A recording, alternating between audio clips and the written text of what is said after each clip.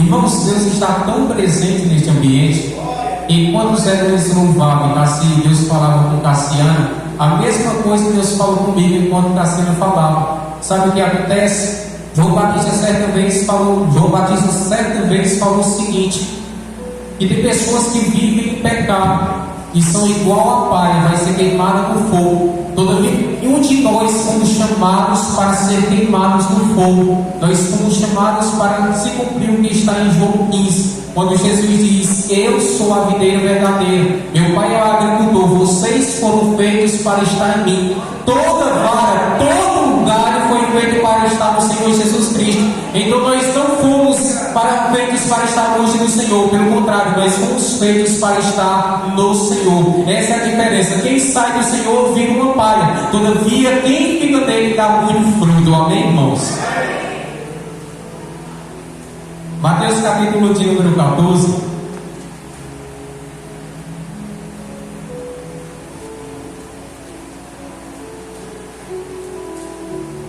Evangelho de Jesus, segundo escreveu Mateus capítulo de número 14, versículo de número 27, diz assim: Jesus, porém, lhes falou logo, dizendo: tem bom ânimo, sou eu, não temais. Salve os irmãos com a paz do Senhor Jesus. Glória a Deus, irmãos. Espírito Santo, ó Senhor, te peço, vem nos usar, Senhor. O Senhor sabe que não somos nós, Pai. Nós dizemos isso para que eles também entendam que não somos nós, mas que é o Teu Espírito, Senhor. E isso sucede para que o Teu nome venha a ser glorificado, Pai. Eu te peço, enquanto acontece a pregação, Senhor, que o Senhor venha tocar em cada pessoa essa noite, Senhor. E que ninguém venha sair da mesma forma, Senhor, mas que eles venham sair daqui tocados pela Tua presença, Senhor, para que eles possam então glorificá-lo, ó Senhor, em nome do Senhor Jesus, Pai, para a Tua glória, para a Tua honra e para a Tua exaltação, Senhor. Que tenha anjos aqui por cima do altar, por cima da igreja, Senhor, e o Teu povo, ó Senhor, possa receber a Tua palavra em nome do Senhor Jesus. E a igreja diz: amém. Irmãos, como cada um de nós já sabemos e conhecemos essa palavra, é algo bem interessante para resumir. Aqui está acontecendo o seguinte: Jesus estava pregando para uma multidão e ele despede essa multidão. E ele pede para que os seus discípulos vão. E os discípulos vão, só que sem Jesus. E quando então eles vão nesse barco, em meio ao mar, acontece uma tempestade. E as ondas arremessavam contra o barco. Havia um vento que era contrário. E nisso os discípulos já estavam apavorados. Porque se nós vemos outra vez, Jesus estava no barco. Todavia, agora Jesus não estava no barco. E Jesus mesmo assim aparece fora do barco, mas ele aparece. Só que eles não conhecem a Jesus, eles pensam que Jesus é um fantasma. E ao invés agora deles fazerem como da outra vez, clamar a Jesus, eles agora olham para Jesus sem o conhecer e dizem: é um fantasma. Eles agora ficam cada vez mais apavorados. E aí está a diferença. Uma diferença da primeira vez para a segunda vez. Jesus estava no barco, agora Jesus está fora do barco. Mas mesmo assim Jesus estava no controle da situação. Pedro é o primeiro a olhar e a dizer: se és tu, manda-me ir ter contigo. Jesus ele tinha deixado claro, como foi lido no versículo 27: tem um ânimo, sou eu, não tem mais, não tem para quem ter medo. Quando nós entendemos que Jesus está no controle de nossa vida, quando Jesus está no controle de todas as coisas, nós não vamos ficar apavorados. Pelo contrário, vamos fazer o que Jesus falou: tente bom ânimo, não tenha medo, apenas devemos confiar nele. Glória a Deus. Irmãos, começa a ser interessante isso que o Lucas falou. Justamente porque já tinha tempestade, o vento já tinha se levantado, Jesus vinha de madrugada, Jesus ele vinha sobre aquele barco. E começa a ser interessante, porque aqueles discípulos, eles olharam e disseram: olha, é um fantasma, olha, é um fantasma. E começa a ser interessante, porque Pedro olha e diz: se é mesmo Senhor, deixe que eu vá até ti. Se é mesmo Senhor, deixe que eu vá caminhando também sobre as águas até ti. E começa a ser interessante, porque Jesus permite, e Pedro começa a caminhar sobre as águas. mas começa a ser interessante, sabe por quê? Porque durante o caminhar de Pedro, ele começa a olhar o vento forte, ele começa a olhar o mar bravo, o mar se levantando, ele começa a olhar aquela situação e para de olhar para aquele que disse: vem até mim, e para de olhar para aquele que já tinha dado a palavra: olha, vem, se você quer, vem. É exatamente isso, irmãos. Muitas das vezes nós vimos até a igreja, nós viemos até aqui, Jesus fala conosco, nos dá uma palavra, nos dá uma resposta que viemos procurando, mas o que é que acontece?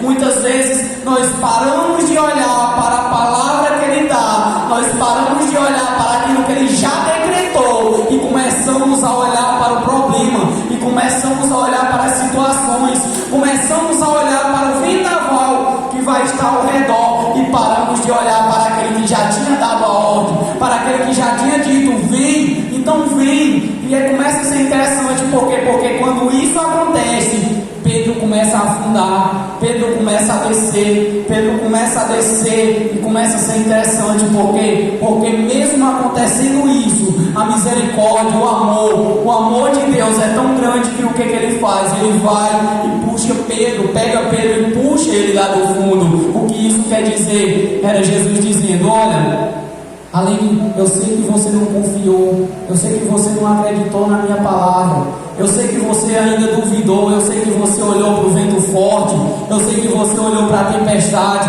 eu sei que você olhou para o problema. Ou seja, era Jesus dizendo: eu sei o teu defeito, olha, eu sei o que você fez, eu sei de tudo aquilo que você fez, eu sabia que você ia fazer isso. E começa a ser interessante, porque mesmo ele sabendo o que ele faz, ele ajuda Pedro, que é isso, é Jesus dizendo: eu sei os seus defeitos, mas mesmo assim eu ainda te amo, mas mesmo assim eu ainda escolho te ajudar. Eu sei os seus problemas, eu sei que você não acreditou em mim, mas mesmo assim eu ainda estou escolhendo te ajudar. É exatamente como Cassiana falou. Muitos de nós olhamos e dissemos: lá não é lugar para mim, lá é lugar de santo, lá é lugar de pessoas que se acham. Não, aqui é lugar de pessoas que não se acham, de pessoas que olham e dizem: Senhor, eu não sou nada, eu me achei em ti, eu preciso de ti. Aqui é exatamente o lugar. Qual lugar? O lugar daquele que está querendo se libertar da droga, daquele que está querendo se libertar da bebida, daquele que está querendo ter um encontro verdadeiro com Jesus e querendo abandonar esse mundo, irmãos. Esse é o Jesus que nós conhecemos. Irmãos, quando Jesus chama alguém, Ele já chama sabendo de todos os defeitos. Ele já chama sabendo que você vai falhar, que você vai errar, porque nenhum de nós somos perfeitos, mas estamos em um processo de santificação, em um processo de melhoramento. Aí está a diferença. Tem pessoas que não entendem isso, aí Satanás aproveita e começa a dizer: não vá para a igreja, porque pensa que já fez tanta coisa errada. Não vá para a igreja, porque você só vive fazendo coisa errada. Não adianta, mas aí está a diferença. Jesus olha para Pedro, Pedro era ignorante, Jesus diz: vinde, pois sim, e eu te farei pescadores de homens. Jesus prepara também e diz: vem até mim, quem eu não era incrédulo. Jesus olha para Mateus e diz: vinde, pois sim, e eu te farei pescadores de homens. Que é isso? Tomé era incrédulo, Pedro era ignorante, Mateus era publicano, era cobrador de impostos, mas ele está a diferença. Jesus, ele não olha para o que você está fazendo agora. Jesus, ele tem uma visão ampliada, e ele olha para quem você se tornará. Ele olha lá para frente, pega você agora e diz: eu vou fazer uma moldação desse aqui, eu vou fazer uma moldação desse daqui, vou transformar em missionário, vou transformar em pregador. Quantos estão tentando entender essa palavra? Quantos podem glorificar a Deus por essa palavra? Aí está a diferença. Quando Jesus nos viu, Ele nos viu no fundo do poço, mas aí está a diferença. Ele olhou para nós e disse: eu vou tirar do fundo do poço e vou transformar a vida desse daqui, para virar na frente. Ele veio dizer: foi Deus que fez isso na minha vida, foi Deus que fez isso na minha vida, e hoje eu vivo glórias ao Senhor. Tem tanta gente que Satanás está aprendendo por causa da dúvida, por causa do medo, por causa que fica recebendo palavras erradas, mas aqui está a palavra profética. Não importa quem você é hoje, o importante é quem Deus vai se tornar no dia de amanhã. Irmãos, começa a ser interessante, como o Lucas falou. Jesus, ele sabe os seus defeitos. Jesus, ele sabe. E começa a ser interessante porque, Júnior, você não tinha defeitos quando aceitou, eu tinha, e muitos. Não foi eu que escolhi Jesus, foi Ele que me escolheu, foi Ele que desceu os degraus da glória e veio me buscar no fundo do poço. Eu não servia de nada para Ele, mas mesmo assim Ele me amou. E assim como Ele me amou, Ele ama cada um de vocês. E assim como Ele me acolheu, Ele quer acolher a cada um de vocês. E assim como Ele me libertou, Ele quer libertar a cada um de vocês, irmãos. Começa a ser interessante porque é muito julgamento, muitas pessoas julgando, muitas pessoas falando mal, mas Jesus, Ele continua o mesmo, o amor dele continua o mesmo. As pessoas podem mudar, a moda pode mudar, os tempos podem mudar, as estações podem mudar, mas Ele disse que essa palavra permanece a mesma, que essa palavra continua a mesma hoje, amanhã e depois de amanhã. Por quê? Porque ela vai permanecer a mesma para sempre, meus irmãos. Então essa palavra diz que Ele te ama, essa palavra diz que Ele te quer, essa palavra diz que você é vencedor, essa palavra diz que Ele te fez para louvar a Ele, essa palavra diz que você é herdeiro dele. Irmãos, acredite nas promessas do Senhor nessa noite. Irmãos, Pedro é o único a sair do barco. Pedro é o único que tem o atrevimento de ir até Jesus. Pedro é o único que teve a coragem naquele momento, vendo tudo o contrário, de ir até Jesus. Bom, se lá na frente ele sofreu uma repreensão, mas ele foi o único que teve a coragem de viver o sobrenatural naquele momento. Se vocês olharem, vocês vão e se perguntam: quem foi o único discípulo de Jesus a andar sobre as águas? Vocês vão ver em Mateus capítulo de número 14, Pedro. Sabe por quê? Porque Pedro tinha algo que os outros não tinham, atrevimento de muitas vezes fazer uma coisa. Por mais que ele tomasse uma repreensão depois, sabe o que acontecia? Era uma repreensão que ajudava ele a crescer cada vez mais na fé. Pedro, ele deu muito trabalho, mas sabe o que Atos capítulo de número 2 diz? Que Pedro foi o primeiro pastor da igreja do Senhor Jesus Cristo. Aí está a diferença. Quando nós vivemos o sobrenatural de Deus na nossa vida, Jesus, ele faz uma transformação, ele move o mundo espiritual. O que é que Satanás muitas vezes tenta matar crianças desde o ventre da mãe, crianças que nascem com promessas de Deus em sua vida, crianças que nascem cheias da presença de Deus. Aí Satanás faz de todas as formas possíveis para que tais crianças já nasçam desviadas do caminho do Senhor, mas lá na frente Deus ainda traz aos seus caminhos. Aí está a diferença para que vocês venham entender. Não importa o tempo, o importante é que Deus venha te chamar o reino dele. Aí está a diferença. Quando o Senhor te chama, você, cada um de nós, temos que aproveitar o chamado que Ele nos faz. Jesus, Ele disse: muitos serão chamados, mas poucos escolhidos. O que é isso? É Jesus dizendo: nem todos os que eu chamo prevalecem, nem todos os que eu chamo permanecem. Por quê? Porque muitos desistem, muitos abandonam, mas aqueles que permanecem até o fim serão recompensados. Aqueles que permanecem até o fim, esses irão morar junto comigo no meu reino. Aí está a diferença.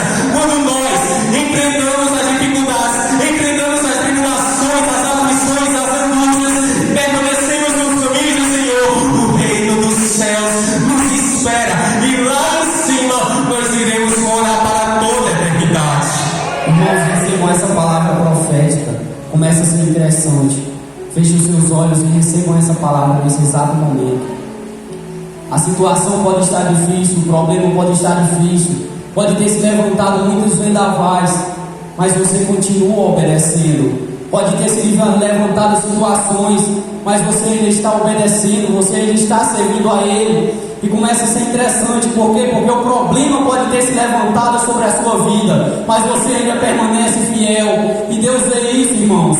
E começa a ser mais interessante, por quê? Porque Satanás, ele pode estar dizendo, olhando e dizendo: eu já afligi a família dela, a família dele, eu já afligi o casamento dela, o casamento